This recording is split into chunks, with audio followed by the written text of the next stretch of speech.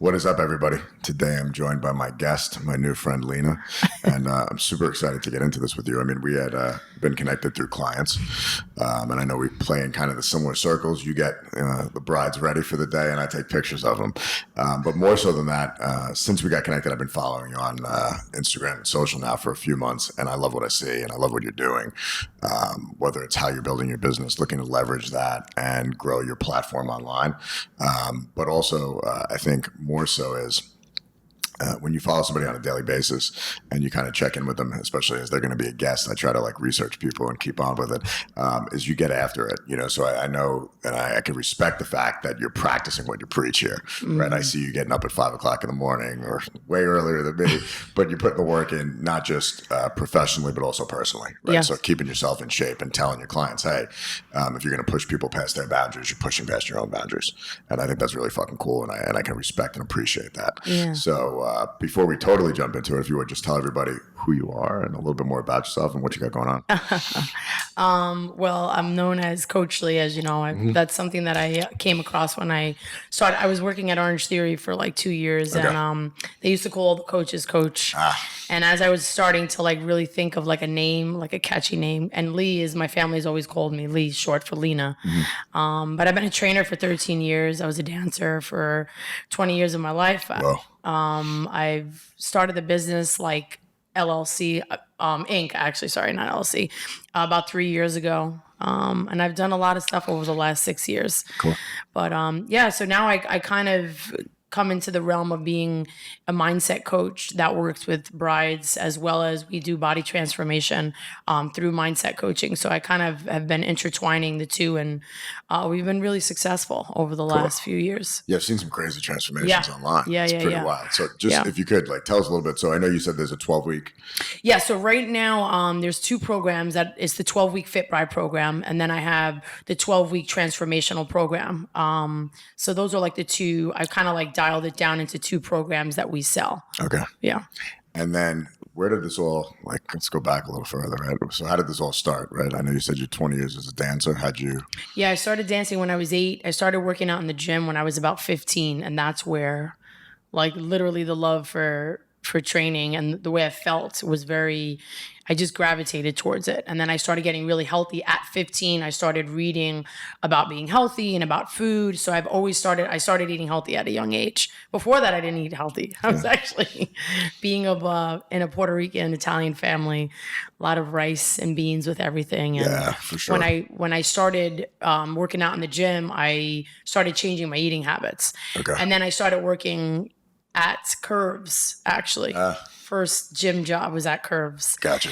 And for those of us that are not familiar with Curves. Yeah. It's like a 30-minute workout. I think it's a 30-minute resistance workout that you go through, right? So it's like a circuit based. Certain clientele, obviously, there's certain women that go there, like Predominantly women. Yeah, mostly women. It's all women. Okay. And back then it was pretty big. I mean, yeah. So I was there doing like the desk work, and I was obviously a dancer. I used to work out all the time. So a lot of the women would ask me for advice with training and all that stuff. And I kind of started getting into it and giving them feedback. And, you know, you're in the center and you're like watching everybody. And I started giving them motivation and inspiration. And a few of the women started to ask me, why aren't you a trainer? Like, why haven't you become a trainer? I never thought before that of becoming a trainer, ever. And so it was like, I remember it was like one woman was like, Lee, you got to be a trainer. And I started thinking about it. You know, I was going to school for business. I have a business degree in business management. And she kind of opened up my eyes. I was like, you know what? Let's do it. So I got like a regular little cert, and I literally I applied to Lucille Roberts, which was across the street. And That's great. I started working there. Okay. And at the time I was in business school. I was dancing for this belly dance company called Belly Queen. I was belly dancing with them professionally for 2.5 years. So I was doing a lot of stuff. Being a trainer, and then I was teaching belly dance in Lucille Roberts. I was belly dancing in the city, going to business school, all at the same time. And then I was following the dancing career for a while. I was always a trainer though. Always. Okay. Since I was like 19, 20s, is when I became a trainer. And I've been a trainer since now. Damn. And then 6 years ago, I kind of gave up dance. And that's when everything skyrocketed. It's like when I actually found what my path is and what I was really meant to do, I just dialed really deep into that, and everything just was just climbing up the mountain. Yeah, I love what you're saying, because I think to your point is when you dialed in is right now, I think a lot of people are trying to chase multiple different things simultaneously. Yeah. And when you really focus in on one specific aspect, that's what you want, right? Yes. And obviously, Yeah, exactly. That's something you're passionate about. That's when you can make the greatest achievements instead of being split 5 different ways.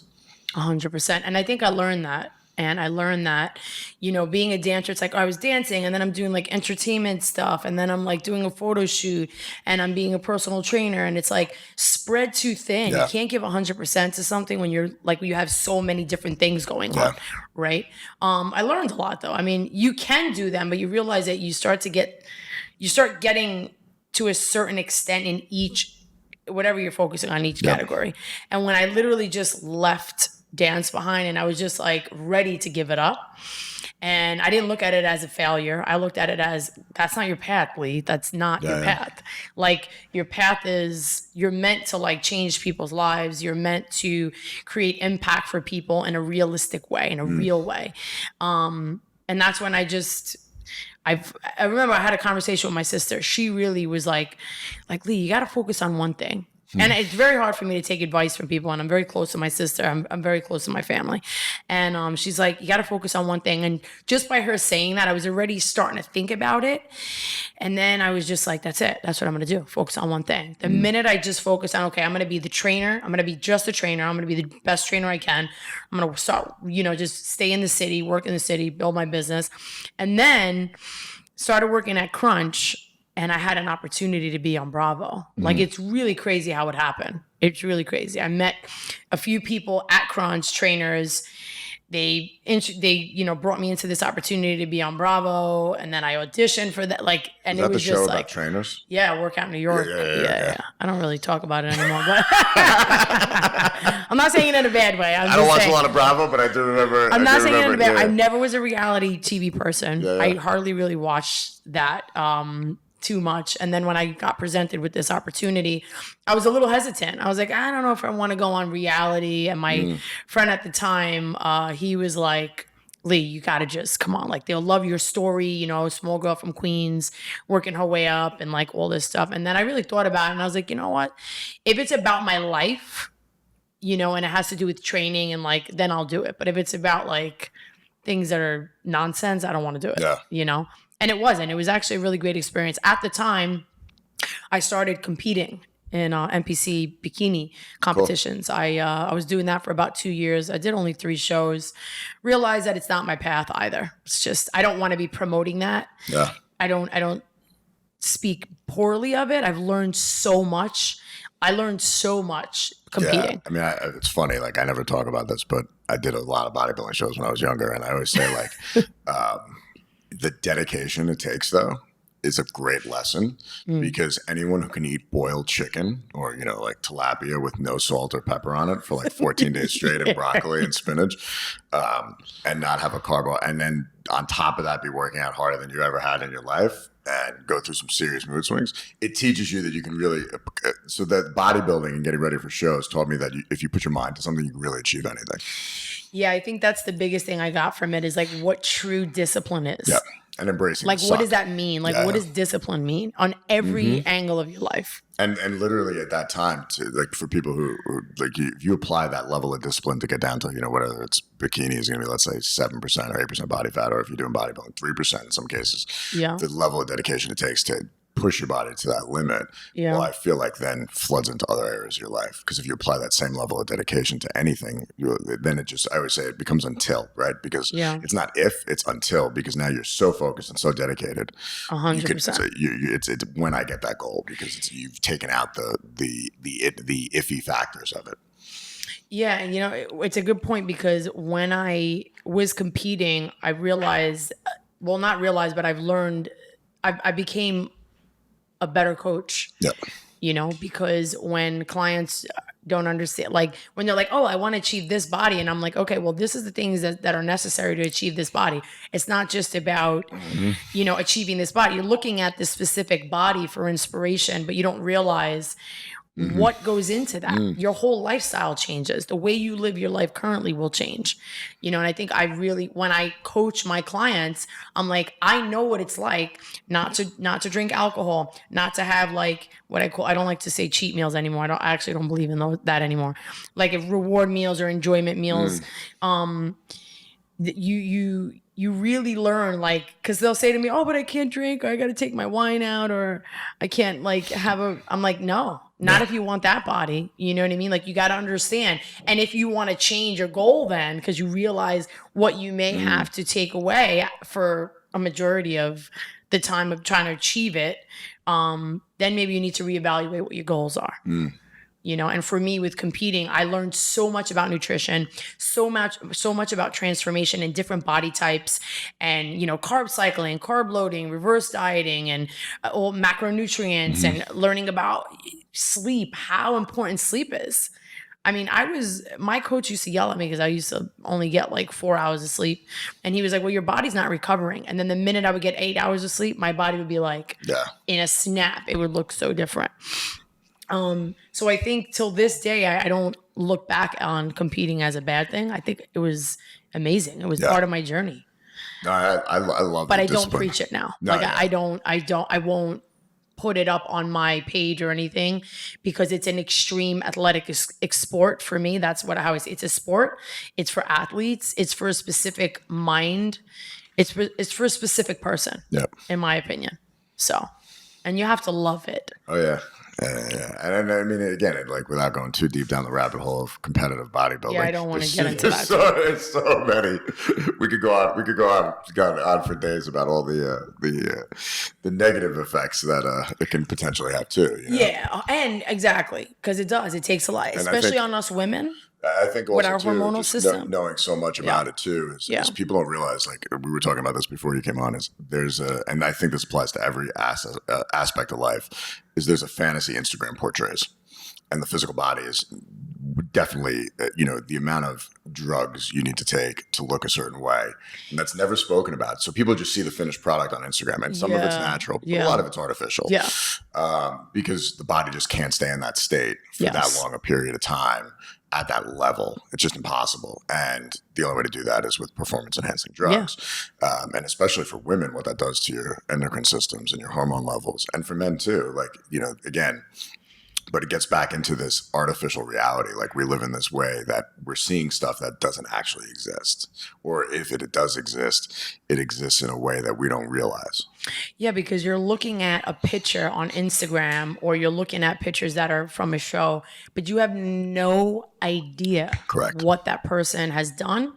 Or if they've taken anything, like you don't know anything. And also they have a specific body type that goes into a lot of things. And then to loop it around to what we were saying before, though, it goes into everything. Like we see somebody on Instagram who has a yacht, but we don't look at the fact that maybe they worked 28 years and never spent time with their family to get that yacht. So that's usually like so we don't look at we see a guy walking with his kid, but we don't see the fact that he hasn't seen his kid in 2 years, or he missed, or maybe his kid doesn't really know him, or he doesn't know his kid. So he might have a big bank account and be really successful in the outskirts of life, but like the people that matter the most, you don't have a relationship with. There's a friend of mine that had to reevaluate the time he spent with his son because there was a moment of him realizing, oh my God, my son doesn't know me. And that's for some people, that's a horrible feeling. But I think some fathers anyway. Like I think it's we're all faced with it now. It used to be, I think society has transitioned so much. I grew up in a household where my mom raised us and didn't go to work until I was 21 years old, which I don't think is the norm anymore.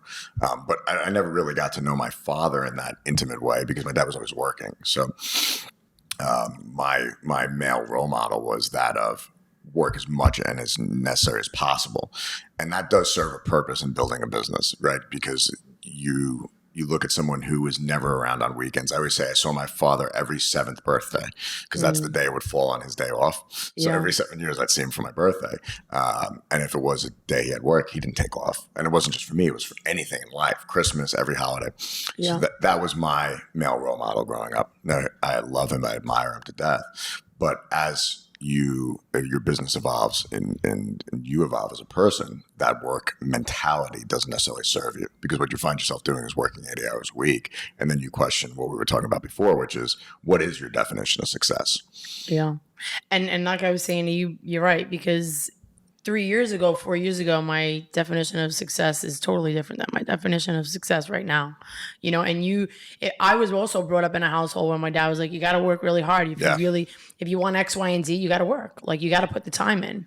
And it's benefited me tremendously, but now I'm also in a place where I'm like, do I want to work 80 hours a week and have no life? Like, life goes by so fast. And I think, when you put all that time in and energy, and sometimes you do lose things building something or creating something, you start losing things that are important to you.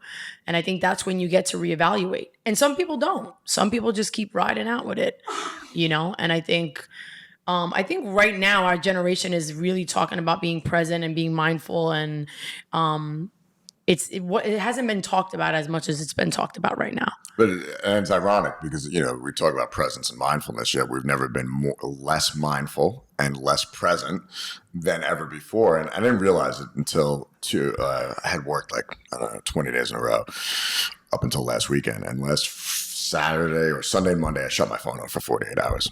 Completely off, couldn't get in touch with me. Sent an email to my team. Okay, you said I told my parents, my mom still is that Italian mom who, if she doesn't hear from me on a daily basis, I'm like, hey ma, alive, if you need me. And I sent an email to my team, hey, So what made you do that? It just doesn't stop. So and I didn't realize until I turned my phone back on, saw the little green tab, 88 text messages, 175 emails, all these Instagram messages, and my phone time. What started it was I had 3 hours and 15 minutes of screen time the week before daily, and I'm like, man, I'm on my phone 3 hours a day. That's insane. Yeah, add that up for the week, for the month, for the year. That's an eighth of my day is on the phone, and I sleep 8 hours. So now when you look at waking hours, that's like a fifth of my day was spent on a device. That's a fucking problem. So, and you don't realize it until you look at it in that perspective. Yeah. Now let's look at the 3 hours. I could have rather been at the gym, been on a walk, actually been present on the walk I was on instead of on my phone. You go through all these different things. I'm like, shit. I'm like, 3 hours. I could have gone and seen Lion King, which I've been avoiding because I want to go see it for the past month. I was like, this is insane. Yeah, you start thinking of how you can use that time. How could I have used that time? That time, and then it's gone. Yeah. That's it. And then I was like, wait, I'm 192 pounds. And June 1st, I was 176 pounds. So I gained 16 pounds in 60 days over summer. It's supposed to be the opposite in summer. But I'm like, if I just cut out my phone usage, I'd have an extra hour and a half to go to the gym. So you look at it in terms of those life issues, and I'm going, did I gain any value to my life by being on my phone that much? And the answer is absolutely no. Was I more productive? No. Was I more focused? No. And I know we were shooting the shit before for 45 minutes. I was less focused. I'm less productive.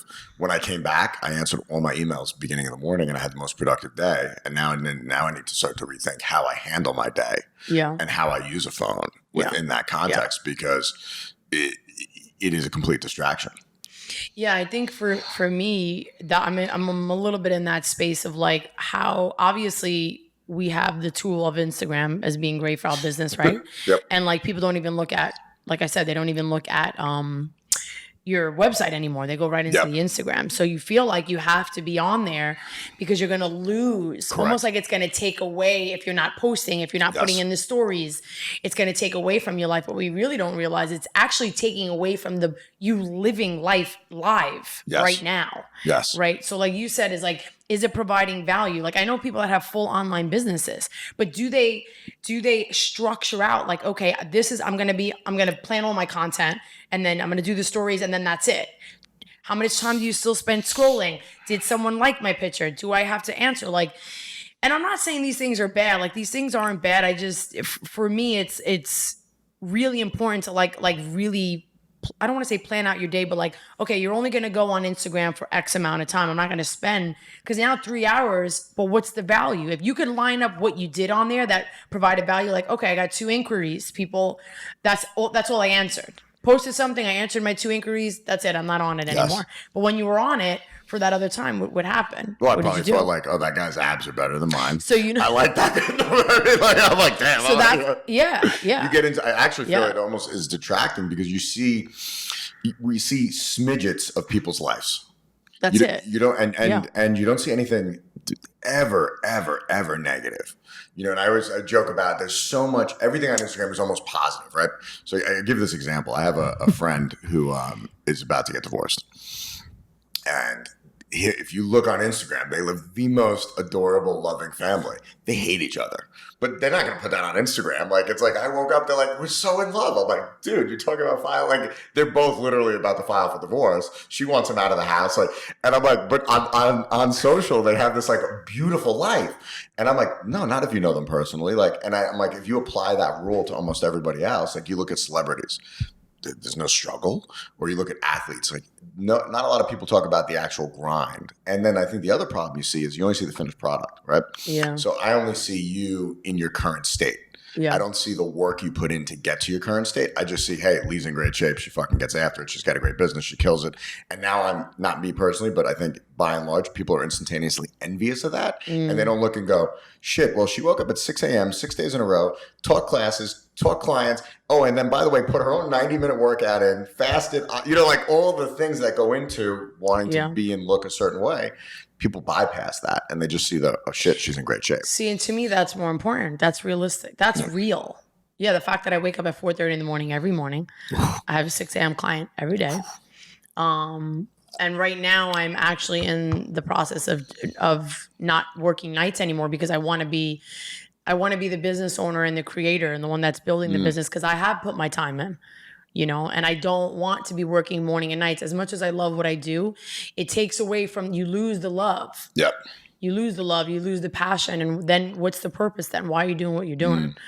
And like, that's why even with Instagram, it's like, where's the purpose? Where's the specifics? Where's the value? How am I creating those 3 things?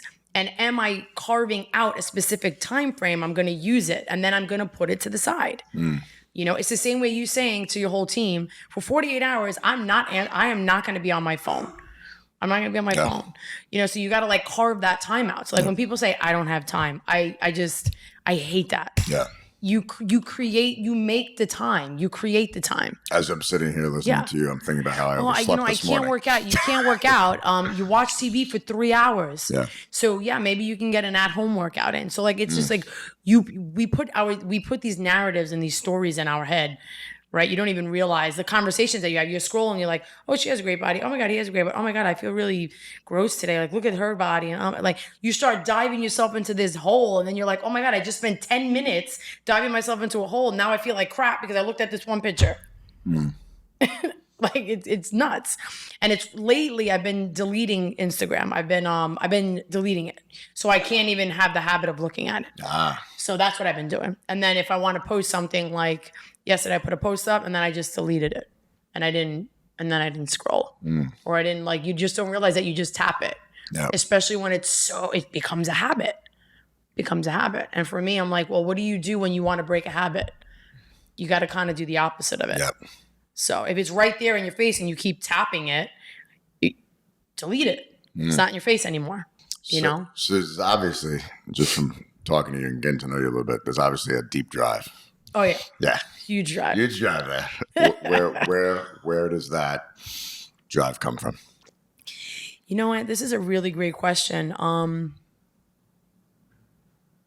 My dad was a very hard worker and we weren't brought up with a lot. And I think naturally I watched that and I created my drive from not having things. I share that with you. I mean, just to preface this. So like, I'm not saying we were poor. We were not poor. My dad did the best he could to bring us up, but we didn't come from money. We didn't have silver spoons in our mouths. You know what I'm saying? Yeah. And it was a little easier for me. I think my sister tells me stories like it was actually harder. My mom would say it was harder when because my sister is 8 years older than me, and my brother's 9 years older than me, so there was a big, but watching my dad just work and just take care of his family, and literally that's all he did, and that's what made him happy. That's all he did. The simplicity, it was simple. But there was a lot of things that he used to say to me. And this is one thing he said to me 2 times, Lee, you got to really work hard for what you want. Like, you want to, I would be like, okay, Dad, I want to like, cell phone at 15. He's like, okay, well then you got to get a job. Yep. And then I started working at 14. Yeah. Started saving my money. And I guess I learned at a young age, like what work is like and having to pay bills. And I started learning that at a young age. Not everybody does that. And then I was like, oh, well, if I have money, then I can make this and have that and do this. And, and then it started building from there. And I'll never forget, he also said to me, this might sound harsh, but he said, when I'm 6 feet under, I want to know that you can support yourself and you don't have to rely on any man to take care of you. And he said that to me a few times. And my parents have been married over 40 years, so it has nothing to do with like having a divorced family, which I understand. But he was always like, I need to know that you can take care of yourself and you can support yourself. And it was really interesting that he says that, because like, it's just, I don't know where that came from him, but he always instilled that in me. And that's like, I just have this drive of just, I don't believe in I can't.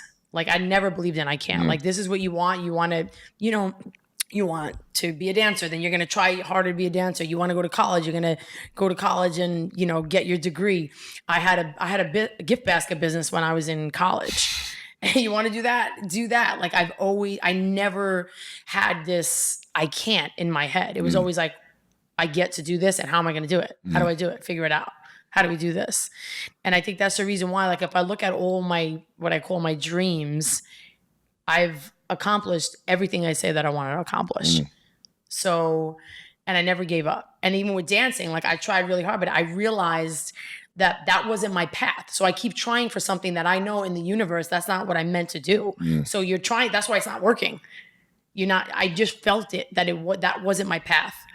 There was more than that. And then I just took the curveball and I went the other way, because I had another passion, and the passion had to do with training and fitness and people, and making an impact is something that I love to do, creating connection with people and stuff like that. But my drive comes from not having much. And then you talk about that word success. And this is something that I've learned over the last year, how money does not, one thing I learned is money makes life easier. It does not bring happiness.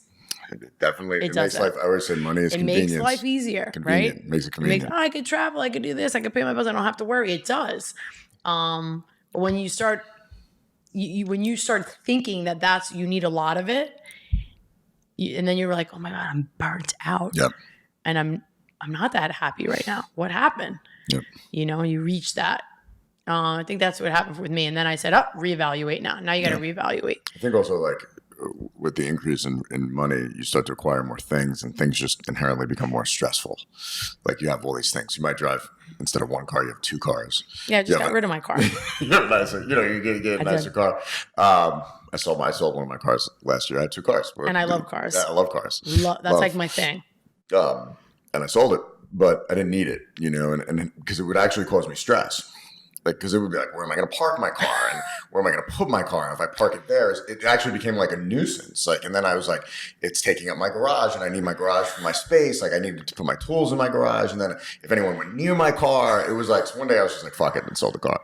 I miss it every once in a while, but life's a lot stressful. So you don't have a car? I have a truck, but like for work. Like, I don't have a car. I enjoy the experience of actually driving 6 feet. I just got rid of my car, and I've had a car since I'm 19. Yeah. And now I'm like, I don't want more bills. Exactly. I'm like, it's not that I can't. It's I don't, for what? Yeah.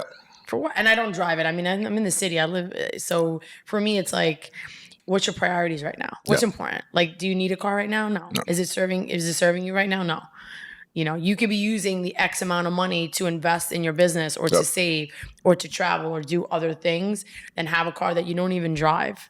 And it's a car, eventually. But right now. Although, I mean, I looked at it and said, is the joy of the car bringing me worth the expense and the maintenance of having it, right? And at a certain point, I was like, first off, we live in New York, so driving cars in New York inherently is not fun, because when you compare that to like California, where there's a lot of open roads and no potholes, it's a much different experience. So, so for right now, well, that was the other problem, is I'd bang my rims all the time, and my OCD would kick in, and I have to keep on getting them redipped. So anyway, but life didn't get worse with less. It actually just got easier, and I think the acquisition of goods definitely does not bring happiness by any means, Yeah. and I think we were talking again, like that definition of success is something that I've now like started to really contemplate in my life and say, hey, what does true success mean, right? And so part of that definition for me was true success is providing within the framework of my business the platform for other people to become successful with what they want,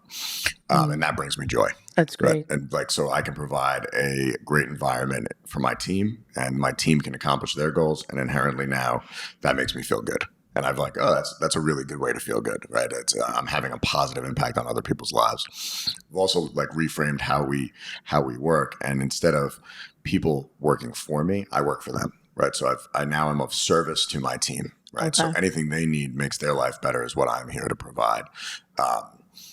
And in doing that, I've become much more grateful for the team, but I've also been able to actually connect with the people I work with on a much deeper level, because now as they accomplish their goals and I accomplish, it inherently helps me accomplish mine. It's a win-win there.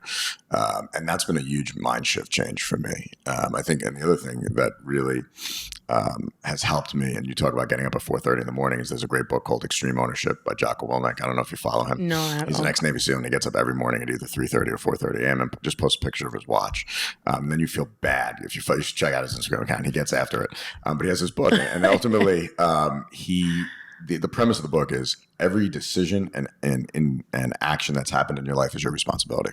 The choice is you just need to take accountability for it. Yeah. So I believe that. yeah. I'm a big believer in that. And we don't want to. We want to always put blame on somebody else. Yeah, and you're like, well, why did this happen to me? Yeah. And you're like, no, actually, you create your reality. Yep. You create your reality, your choices, your decisions, your patterns, your habits, the way you think, how you think of things, your perception, all of that. When you meet someone, like just everything that happens, and some people would fight this because they would go in like deeper into it, right? But I do believe in that. I'm a big believer in like choices and decisions. So as you're saying that, I want to, why the choice to create FitBride, and what was the motivation to now scale? That fell actually in my lap. Like I got inspiration as the creator that I am, like the person that loves to create and build. I had one bride. I probably could say her name. Her name's Mallory, and she was at Orange Theory when I used to teach. And she was like, Lee, I'm getting married in 5 months. I really want to telling me her goals and all that stuff. Started training her, started posting her stuff. And it just literally started to happen. And then I got like another bride and another, and I was just like, all right, we're going to I have a niche here. Like it just came about just by that, and then I was like FitBride by Lee, and like, we're going to custom. Cause now it was like, in 1 year, I had, I don't even know, like 10 brides in 1 year. And that was without me even marketing anything. That was just like me posting pictures on, I didn't even have the 12-week FitBride program yet and like all this stuff. And I was really good at it. And I said, all right, this is going to be my niche, because now I'm in an industry where it's very saturated and, everybody's doing everything already. So it's like, you're either unique, you bring your people because you're unique and they want to work with you, or you could create this thing. And I think that's how FitBride became born. And now we've worked with a lot of brides over the last 2-3 years. And so I know you mentioned building out an online platform. Can you just talk a little bit about what's involved in that? Yeah, I'm really interested in building an online platform to go worldwide, take FitBride worldwide. And what is going to make it unique is that I'm going to bring in mindful coaching, teaching people how to listen to their thoughts, teaching people the natural thing of like mindset, like teaching, like you coaching yourself, You know, how you think, how you act, your choices when you go out to dinner, your choices when you drink alcohol, your choice, like everything, like just kind of teaching them the basics of mindfulness and awareness. And that's going to create a better result, because if you're aware of how you think, what you say, you know, your choices when you go out, that's going to help us dive deep into your FitBride program. Then you're going to get your workout in, you're going to be present, you're going to prep your food, you're going to track your food, you're going to stay on top of things, and it's going to keep you in alignment with the goals. So and I want to do a lot of videos with that where they can actually I want to provide value where I could actually talk about, like, so when you're sitting at a dinner table, what's the first thing that goes on the table? Bread. Okay, exactly. So like, I'm going to dive deep into that. So what are your choices? Like, if you know that you've said you have this plan you want to follow, right? Your choice right now is your light bulb is going to go on one thought. It's going to say, boom, bread. Not even going to think. Cucumbers The and other hummus. one that's actually mindful and aware and present is going to be like, I don't really need that because I want to have like pasta for my enjoyment meal today. So it's more about like creating that mindfulness through it. And I think that when people can really listen to themselves and understand, like, understand yourself. Why do you do things? And you have the choice you have choices. No, yes, I really want that. But because I have this goal and I'm in alignment with my goal and I said I was going to do X, Y, and Z, I'm not going to have that. You know, so that's kind of what I want to bring to FitBride online, is like, because my interaction with people, like the reason why I have been successful is partly because of who I am, you know, and like, I love people and I'm like, let's get you to be the best you can be and get you to wherever your goals are. How can we do that? You know? So now it's like, now I'm taking that online, but I'm not live anymore. Yeah. Coach Lee's not live.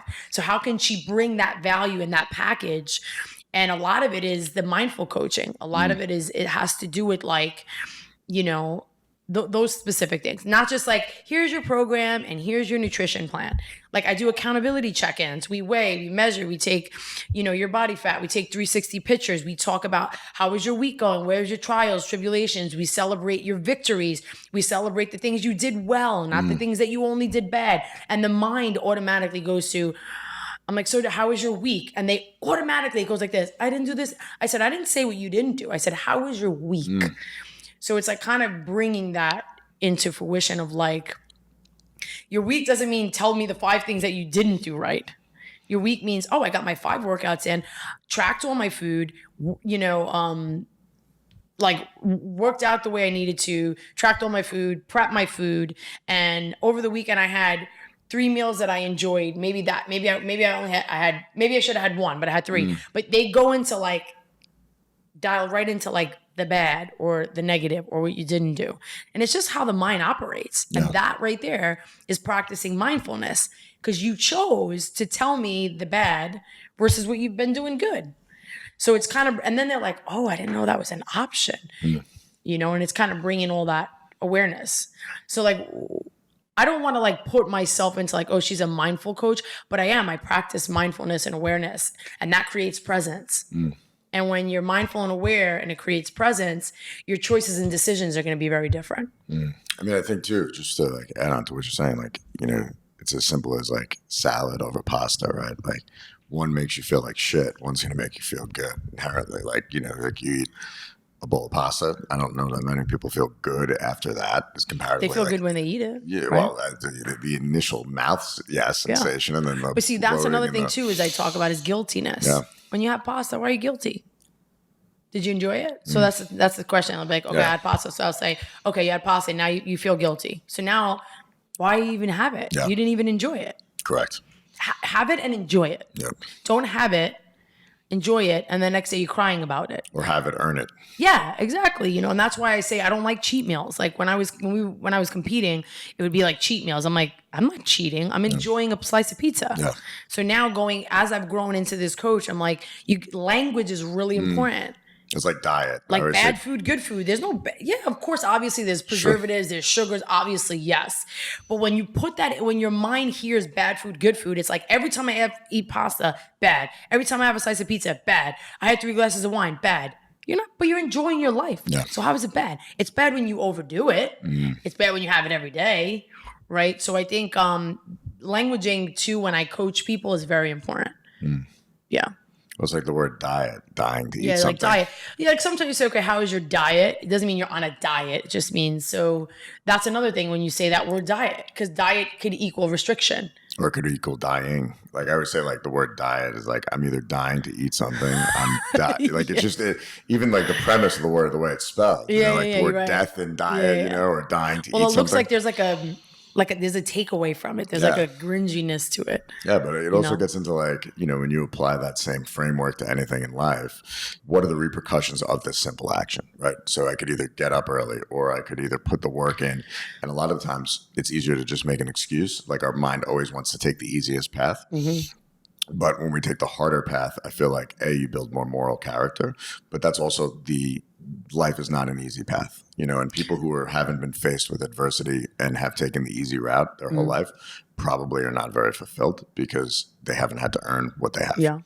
And I think to go into that is scarcity, which paralyzes people because they're scared and they're fearful. So they go onto the easy path and they don't want to think outside the box, you know, and then they look at the people that are fulfilled and happy and like create these big businesses or, you know, have these lives, but they don't realize, oh, that person took risks. That person had like negative 1,000 in the bank. That person got their car repoed to get where they are.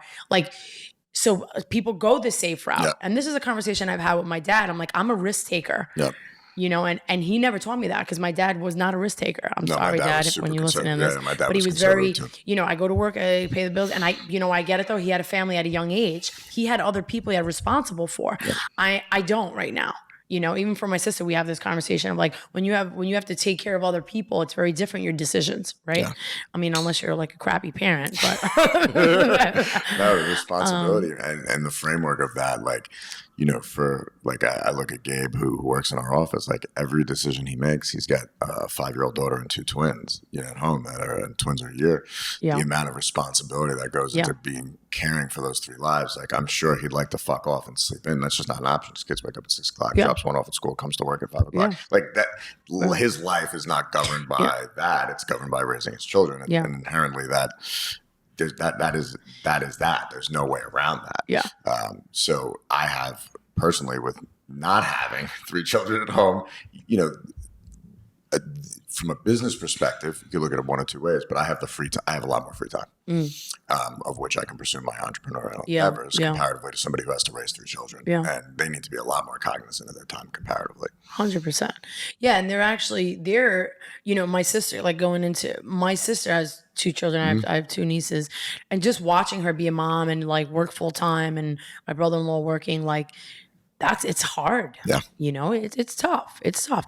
But you can also say it's hard, but it's part of life. You know, when you have a family, that's what happens. You know, it takes a lot of time. But you can really appreciate when people know how to juggle everything. You're like, oh, I can fill my plate up big, like fill my plate up and be fulfilled and happy. And like, yeah, you're a little tired. That's part of life. You know, you don't get no sleep when you have children. But I've seen people like do it all and be happy. And then I've seen people do it all and not be happy. So, you know, it's also your perception of how you think of it. Oh, I have kids and now I got to wake up. Like, if you just complain about everything, then it's going to be that. It's going to be that. It's going to be like, you know, when you're excited about it, like I have 3 kids, love what I do. Yeah, I get up, I'm tired, but I'm going to get up and I'm going to do this. And if you keep like kind of feeding the positive aspect of it, that's how you're going to start living your life. But if you feed the complaining, nagging, then that's how you're going to live your life. You understand? There's like 2 different. So, yeah, I mean, but it's I do definitely respect easier to live with the complaining. Yeah, people with children. I just think being a mother is like one of the hardest jobs. For sure. To bring up humans. Yeah. You know, and just like I wouldn't have wanted to raise me, so I was a pain in the ass. So. Yeah, watching my sister, I have just a tremendous amount of respect for women that have children and good moms. Yeah. Sorry, but whoever's bad mom. But hey, listen, they're out there. But you know, and it's also your perception of what a good mom is and a bad mom is, right? Yeah. Well, I mean, listen, I think objectively, there's some people who should not be parents. Yeah, I mean, it's true. We take the test to drive a car. We don't take tests to be parents. And, you know, I mean, there's people who I think, and men for that matter, you know, who should not. 100%. Yeah, 100%. I agree. Yeah, we got into this whole. I don't know where this got into, but okay. So what's on the horizon right now? Reinventing and exploring. Okay. You caught me, like I said this to you before, you caught me in a place in my life where I am asking myself, what is going to bring you joy and fulfillment that has nothing to do with business? And then also in the question of, in business, what's going to bring you joy and fulfillment?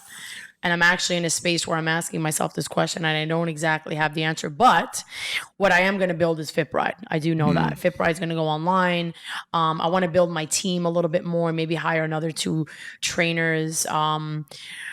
I was thinking of opening my own place. Not sure if I really want to do that right now. I want to travel the world and I want to be able to have my freedom. Don't open your own place. To be honest, yeah. Don't open your own place. Yeah, seriously. And I know that like I'm a hard. I say that with total love. Don't open your own place if you want to travel the world. Okay. Yeah. So like that's like kind of what's going on. It's like I'm in a space of exploring, reinventing. I've reached so many of my goals over the last 3-4 years, and I made great money, right? Like, so making money is easy. Yeah. So like, that's what I said to you when we were talking earlier. I said, I realize, and I hate to say it, some people probably like, what do you mean? No, making money is easy, but like actually living passionately and living fulfilled, like to me, that's life. Yeah. And I just learned that, to be really honest, over the last year and change. So let me rephrase that. I just learned. Making money in this country is easy.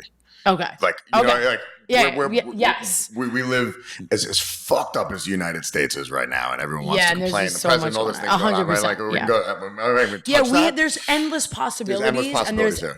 Like, how can you? There's endless possibilities here. In this country, even in 2019, we have no boundaries. We have, by far and large, we're not in a communist or a socialist regime. We have endless opportunity here still to this day. Even with all the things going on in our country. 100%. So yes, here there is endless possibility. It doesn't make it easy, right? No one said it's easy. No. But it's there. It is there to be taken. Yeah. You know, and I think people make too many fucking excuses. And the bottom line is, you know, people come to me all the time. People don't want to work. The harder you work, the luckier you get.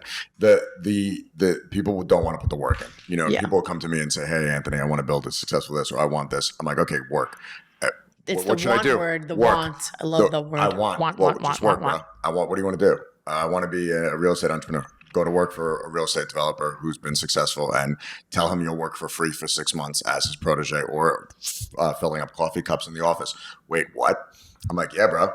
Guess what? If you do that and you fill that coffee cup up amazing every day, you're gonna be like, oh shit, this kid fills great coffee. Yeah. Maybe he can run this errand, or maybe he can, and next thing you know, you're working for the largest real estate developer as his personal assistant, and next thing you know, you're learning how to develop real estate from the ground up, and 5 years later, you're pursuing a dream. Yeah, and that's a big thing, right? So like, what is he willing to sacrifice to do something he loves to do? Work for free and learn. And nobody put your time in. Nobody wants to pay their fucking dues, and nobody wants to put the work in. Yeah. And I preach that shit to the end. Look, we sound like we come from very similar backgrounds. Yes. We come from definitely the same ethnic background. Puerto Rican father, Italian mothers, and we're both from Queens. And we grew up 5 miles apart, right? Like, to give context, I grew up in a very similar household. My dad worked, mom stayed home. Dad worked his ass off. Put the fucking work in, and then you get the end result. And people want to skip A, go to Z when there's 24 more letters in the alphabet that you need to cross off. Yeah. And that shit makes me furious. Yeah. It does. Makes me furious. It makes me irate. I get very passionate about it. You know, but I'm like, did you put the time in? It incites anger in me because I like literally, you know, I had somebody come to me recently and they said, you know, I want you to show me how to do something. And I'm like, 100%, bro. I got you. Be at my house tomorrow morning at 8 a.m. sharp. Now, I gave him a half-hour buffer because I was leaving at 8:30. Okay. But if you're not there at fucking 8 o'clock, I'm out. 1 o'clock in the afternoon, I get a text. Bro, I'm so sorry. I overslept. I'm like, it's cool, bro. 1 o'clock in the afternoon? Yeah. I'm like, it's cool, man. I totally get it. But he goes, I've had like 7 clients by that time. I'm like, I'm already 3 hours away doing what I need to. And he's like, should I come? I'm like, no, dude. Like, the day's over. And he's like, I don't get it. I'm like, bro, it's you have to be ready to commit. And showing up on time is the bare premise, like, and that like gets me furious. So you didn't really want it. You thought you did, but you didn't. If you did, you would have shown up. You would have put the work in. You would have whatever it is. Like I have a girl working in my office right now. Her name is Yosadie.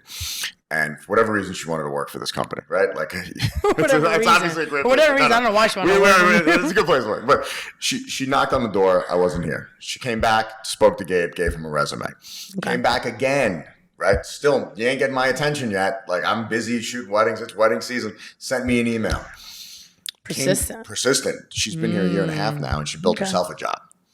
Right? Like I didn't give her the job. She created one for herself. How'd she find you? I have to ask her, but I think online, and probably the fact that I have a Spanish last name, and when she came to this country, her English probably wasn't good. So backing out the fact she knew that we were bilingual, she could get a job in her field that she wanted. Huge. That's huge. That's great. I didn't even know that. That's great. She created a job for herself here. Yeah. Props to that. Right? Yeah, how many people knock on the door that many times? Think of how, like when you look at a person, they're like, wow, this girl's persistent. That means there's a drive in her. Correct. And that's inspiring.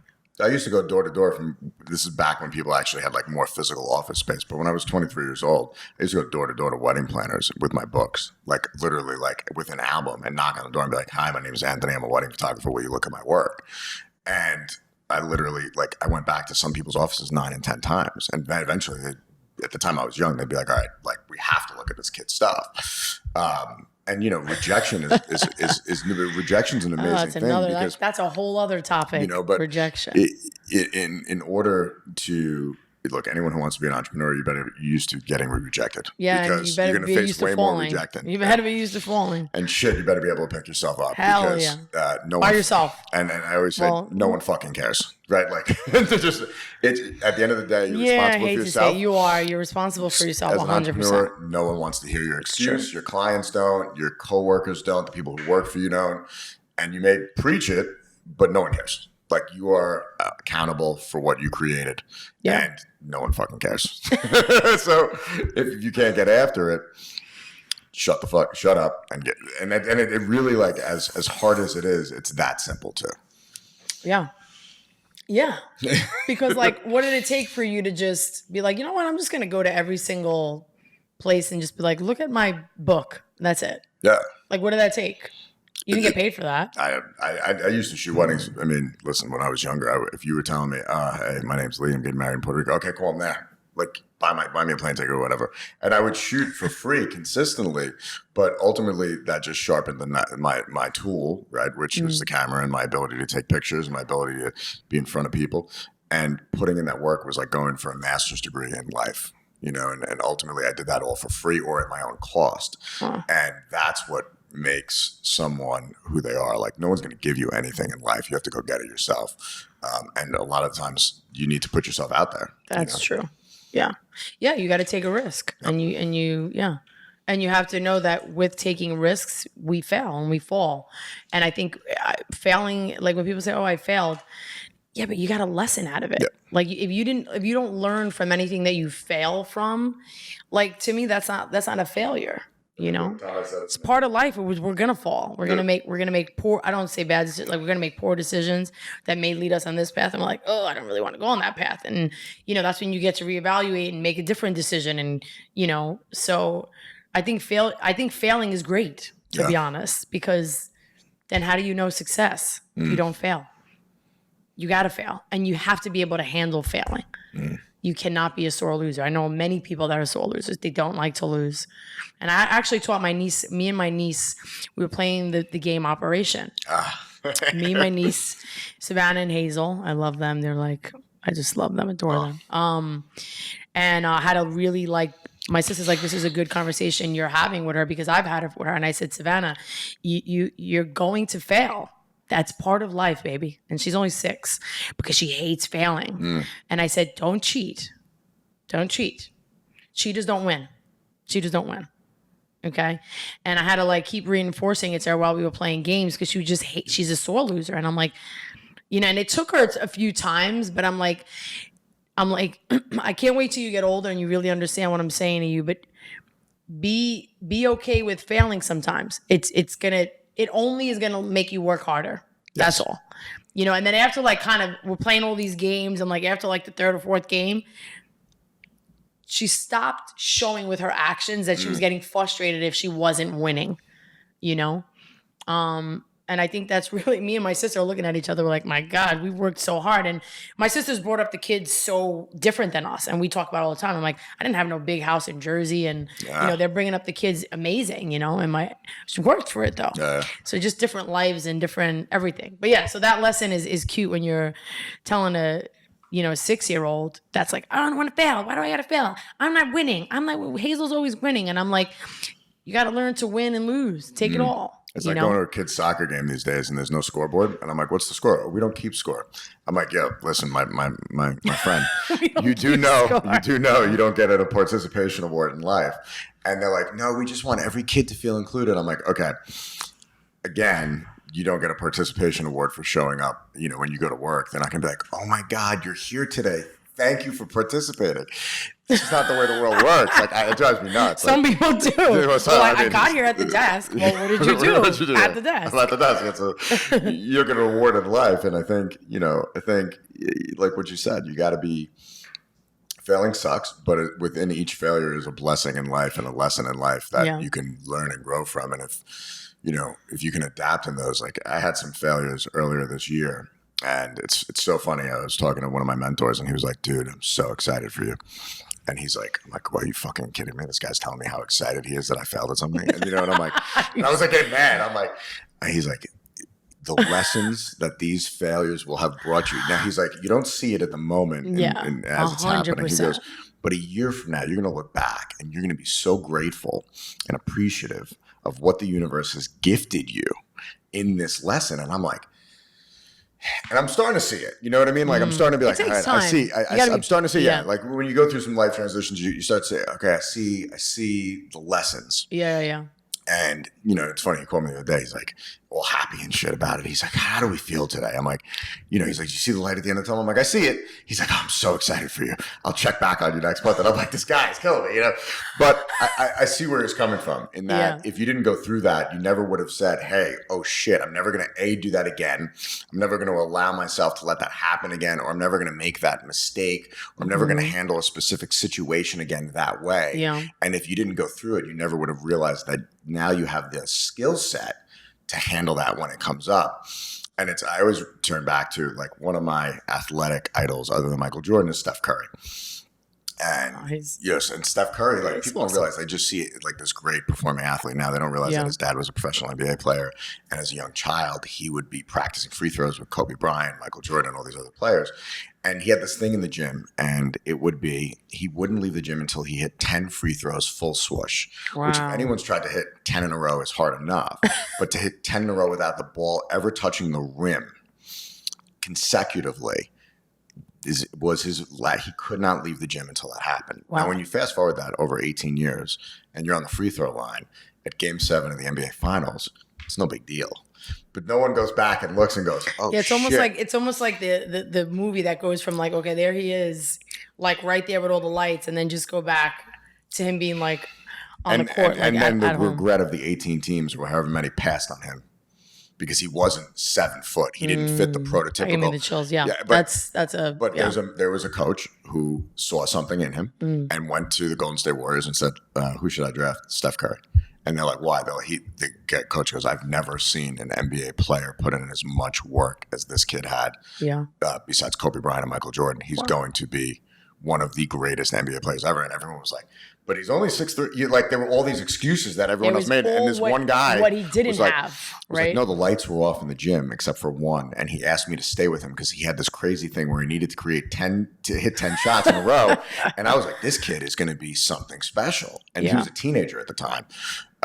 But they saw something in him and they knew he was. You know what's amazing too? That one person that really believes in you also. I mean, obviously you have to believe in yourself, but like having a cheerleader or the person that's really rooting for you and seeing all the great in you, your greatness, it's powerful too to have that on your team and have that next to you. Yeah, you know? And I think sometimes that's a gift that you see something in other people that they don't see in you. Yeah. You know, and that's I just went through something. I mean, I can't really talk about it on here. I was not supposed to talk about it, but I just went through something. I can't say the name of it, but I had this opportunity again to be on TV and made it really towards the end of it, like towards the end of it. And I didn't get it, right? It just recently happened. And it was like weeks of just like, like making it this far and then making this far and then making this far. And then it's like getting it like really till I can touch it. And then it's like, okay, no, sorry, they chose someone else. And I was like, maybe that's, so what I'm saying is the reason why so I'm going back into what's coming up for me right now when we're talking about this is you never know the why to something, right? All I know is I went in there and I gave 100%. I'm not questioning who I am, but you don't know why didn't I get chosen? I don't know. And I actually don't care why. Because it could have simply been Coach Lee doesn't have black hair, and we need someone who has black hair. It could literally been, she doesn't have 100,000 followers. Whatever. It could have been like the simplest thing. I don't beat myself up over that. Most people would be like, "What?" and like fall apart. It's more like, "Where's my lesson in this?" Yeah. You know what my lesson was too, Ann? I learned a lot of patience. I learned that patience takes practice. And I meditate. I don't know if you know that. Well, if you follow me. But I started meditating. This has been a big thing for me this year is meditation and bringing me into presence and being clear and being intentional and specific in how you spend your day, how you spend your hours. And that's why time and life has become so valuable to me that as I told you right now, I'm in this place of exploring and like, I don't want to work at night anymore training. And there's a lot of things that are going to move. And I don't care about if I lose money because I know eventually that always could come back. It's more about like figuring. So there's a lot of like shift right now, but that specific thing, and we're talking about the whole basketball thing, and it's just like, I got really, really close, and then I could sit here and be like, boo, let me cry. And like, why? Is it my body? Is it this? And then I'm like, no, like, I don't know why. Maybe that's not your path right there, whatever that was. I think, if you gave, which I'm assuming, and I'm probably guessing from talking to you, did everything you could and you gave the best of yourself, then that's all and that that's matters. why I don't second guess. I'm like, Lee, if you walked into the room and you were yourself, if you were your 100% authentic self, then how can you know what I'm saying? Like, it's not about being better. It's about, you just didn't get chosen. You weren't that person, So, and there's lessons behind that. That doesn't mean it doesn't suck. Yeah. It sucks. But then I'm like, oh, what's next then? If this wasn't the next route of it, what is the next route of it? Which is really interesting. It's in a weird place. It's like, it could be as simple as if you would have gotten that, whatever it is, we'll say, right? If you take X, well, Y then suffers. Yeah. And maybe Y is your path. 100%. And now you put you 2 years behind the 8 ball on where your real purpose lies. Yeah. And it's that simple. Yeah. And it's funny to talk about purpose. Like, for these amount of years, this was my purpose. And I think as we grow, we learn, and I'm not the same person I was 6 years ago. Yeah. I don't have the same knowledge. I have loads of experiences and failures and successes and amazing stories. And so the person that Lee is now, the passions and drive and all that stuff that she had years ago, it's different now. I'm not changing who I am. I'm evolving. Yeah. But it's very different how I see money, how I see success, how I see quality of life. All of these things. If I looked at the Lee 6 years ago, she was like grinding, hustling, 4 hours of sleep, working 10 hours, like a beast. Now I'm like, no, I've put in a lot of my time and I put a lot of knowledge into how important life is, and like what you do here is like really important. And how you spend your time, like 3 hours on Instagram. Yeah. Why? Yeah. Unless they're paying you a lot of money, to be honest, for 3 hours. I'm just saying. Some people do get paid for all of it, right? Listen, if you do, God bless. Although I almost feel bad for those people because they're just constantly. You have to post 3 posts, and you have to make sure you do 10 stories today, and we'll give you. It's too much. They live their life through the phone, Yeah, sure. Yeah. But so just I want to be totally cognizant of your time, and I know you're busy. Yeah, because I can talk to you all day long. I'm Puerto Rican and Italian, and I love to shit all day. Yeah, I got you. And look, I'm going like this. Oh my god. Something I ask every guest I have on is, if you could look back on your life 10 years ago. Right. One of these questions. And you had one piece of one of those questions. If you have one piece of advice, the 10-year younger Lee could give the 10-year older Lee, what would it be? Never give up, and don't let fear paralyze you. Because I think fear paralyzes a lot of people, and you miss out on opportunities. And I think a lot of the world is scared to take risks, and they're fearful, and they go for what's safe. And that's probably one of my biggest things. Is the reason why I am where I am is because I've took risks. I wasn't afraid to fail. When I was scared, I didn't paralyze me. It made me go right into it, being scared. And then you don't realize what's on the other end of that door. I love it. So that's it. Nice. So if people want to get their asses in shape and get after it with you, Yeah, let's talk about fitness. How do people hit you up, get in touch with you? Mostly on my Instagram, Coachly Okay. NYC, and then my business is Team Leaf Fit. Okay. I have a website, same thing, Coachly NYC. Cool. My Facebook, it's all the same name. All right. And for my brides who want to get in touch with you, hit you up on Instagram Yep. for that 12-week Hit me transformation. up. I'm the best. All right. She gets after it. So I want to just take a second. I want to commend you really for coming in and talking to me and sharing your story and just for the work you do. It's been awesome. Thank you. Chatting it up with you. And, Thank you. I was really excited about this. so was I. And I appreciate you get after it. And I think I said that on the phone. You know, I think there's people who half-ass shit and there's people who actually commit to what they're doing. And I see in the work you're doing, you commit to it. And I think that's commendable and admirable. Thank so you. I love it. So we'll keep up with it. And hopefully we'll have another one of these awesome conversations sometime down the future. Thanks, Aunt. All right. You were awesome. No, my pleasure.